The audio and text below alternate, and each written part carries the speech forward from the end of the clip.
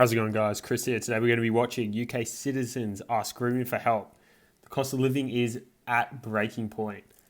So it's not just Australia going through this cost of living crisis, as you all know. Like, it's pretty worldwide. However, Australia is, arguably one of the worst. But let's see how UK stacks up.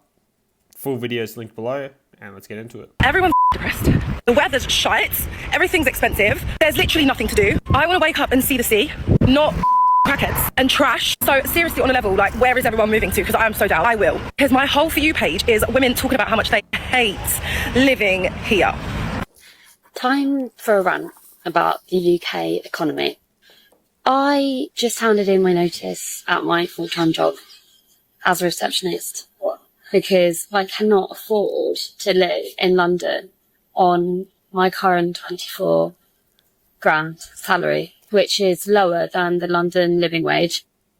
And in response to my notice letter and a nice email I sent them stating that I just cannot, like, it's nothing against the job, I just can't afford to live on my current salary.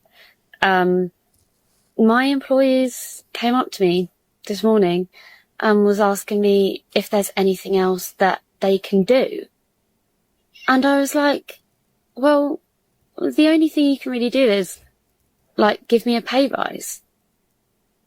And they were like, oh, the wages are going up by 1% or something in August, it is August. So everybody will be getting an extra £40 a month. And I'm sat there thinking, what a bloody cop-out. Like, that's taking no accountability for the fact, like, what I've said, which is I'm leaving because I can't pay my rent on my current salary.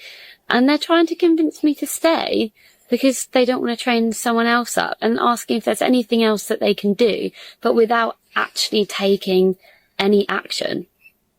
I just think it's ridiculous. And the effect that that has on young people's mental health. Fair enough, we don't have the responsibilities of, like, a family with kids, but there's so much pressure on us to, like, be building our careers and have a social life and just, like, be good working people, but we get paid.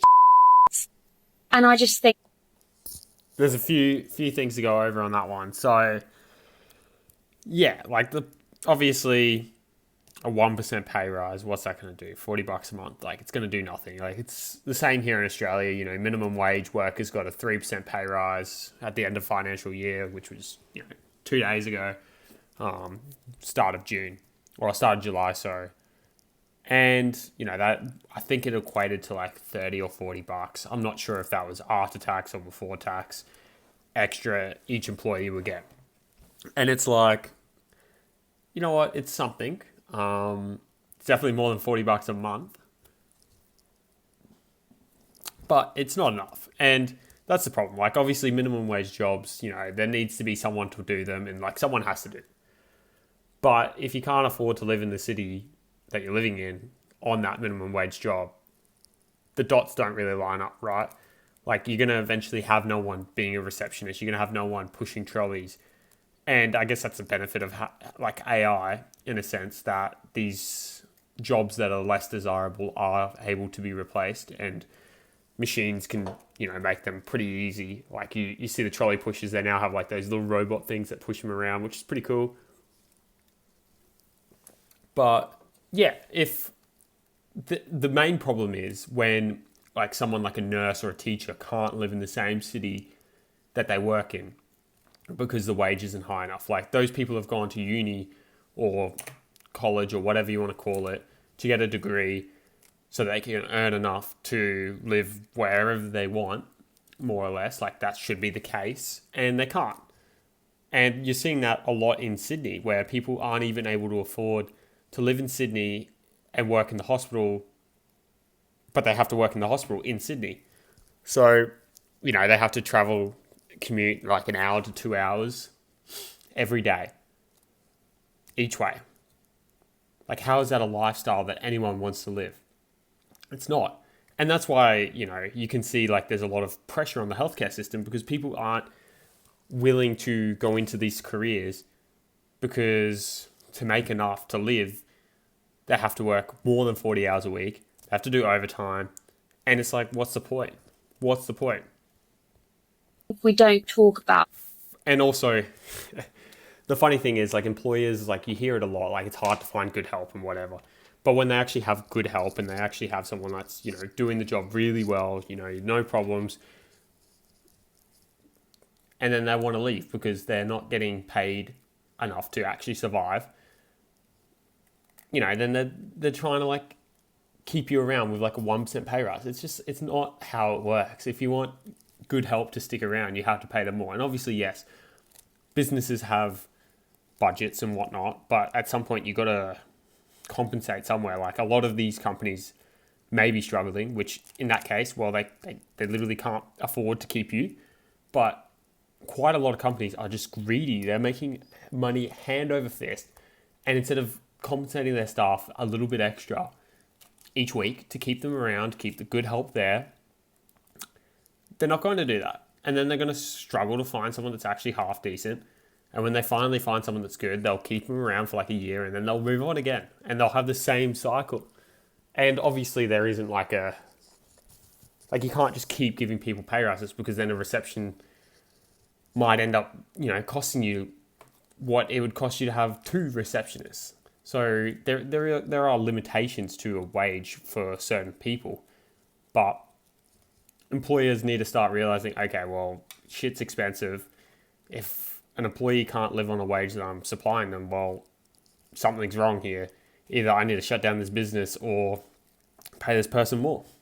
Financial stress enough. Like, we talk about self-care, mindfulness, yoga, like whatever. You know, we'll go and do a master's and then we're expected to find work, but then it's so competitive, like the industries, and then you've got to move back home and then it's like, oh, well, you don't have a job, and then it affects your mental health because you're like, I'm 26, like I shouldn't be living at home. And I just think more needs to be done on a societal level to make sure that everybody is living comfortably and that 26-year-old adult children don't need to move back home when they're like qualified and they should be able to get a job and not be paid. Run over. Happy Monday. Yeah, sadly, it's just the system that we live in that it's getting more and more competitive. Like here in Australia, you know, you have like record high immigration. There's so many people coming into the country, which not only puts stresses on people being able to find jobs, but it also puts stress on the housing market. Like here, it's ridiculous. It's like in Sydney, I think it's 14 times the average income to afford a house. Or sorry, the average income times 14%, 14 times is how much the average house is in Sydney. So it's like, it's on an average salary, you can't afford a house in Sydney. You can't afford an average house. And like there was a video I did the other day, $500,000 for a house, and what do you get for that? You get dead rats, literal junkyard in the backyard. It's ridiculous. And if you're not, you know, got in a really successful career in like a STEM industry, you are going to get left behind. And that's the sad reality of our world. Like, it's just greed, and, you know, the people that are most vulnerable expect the government to help them, but the government is literally doing the opposite. So I don't usually do this, but I just need to rant, really. I'm actually a bit baffled at what's happened. So obviously cost of living crisis and everything, everybody's really struggling. Bills are going up, price caps going up, all that shit. Which is fine, like that's doable, that's manageable, we can deal with that. What I can't deal with is everything else. All of a sudden, all these companies are coming out of the woodwork. Oh, you owe us this much money. Oh, we paid you by accident. You owe us this much money. Oh, by the way, we're also going to give you a parking ticket for one that you didn't actually deserve or need. But because you haven't got enough evidence, and we know you haven't got enough evidence, we're just going to take you everything you've got because we need the money as well. Okay, sound brilliant, fantastic. Then you've got council tax, obviously. You've got to pay your council tax. So there's no way around that. You've got to pay bills, fine. Now I have a problem. When I go onto my government gateway and they tell me that I should have received a payment of nearly £500 that I've overpaid in tax the year before, they've told me I've received a cheque. No, I haven't. I haven't received a cheque. Right? So I've been trying to call. It's taken a week to get through to them, admittedly, because I'm at work trying to pay my bills. So obviously I can't sit on the phone for 45 minutes because obviously you can't get through to any of these people to speak to them to ask for your money back. So I'm on the phone, 45 minutes to finally get through to somebody, to then be told that I've got to wait 3 months to have my money back. My money. That's mine. I've got to wait 3 months for the government to give me my money back. Meanwhile, they've already taken money that I've supposedly underpaid the year before out of my wages, so I can't afford to pay my bills. Stop the world. I want to get off. Honestly, goodbye. End of. Had enough. And that's exactly right. Like a lot of people, they work the 40 hours a week. That should be enough to get by and get ahead, but it's not. And all these unexpected bills pile up, and it's as easy as that. You can get so far behind so quickly, and that's how people become like part of the working homeless class. It's insane. Like here in Australia, there's so many people sleeping in tents, sleeping in their cars. You drive around the cities now, and that's all you see, right? You see so many people.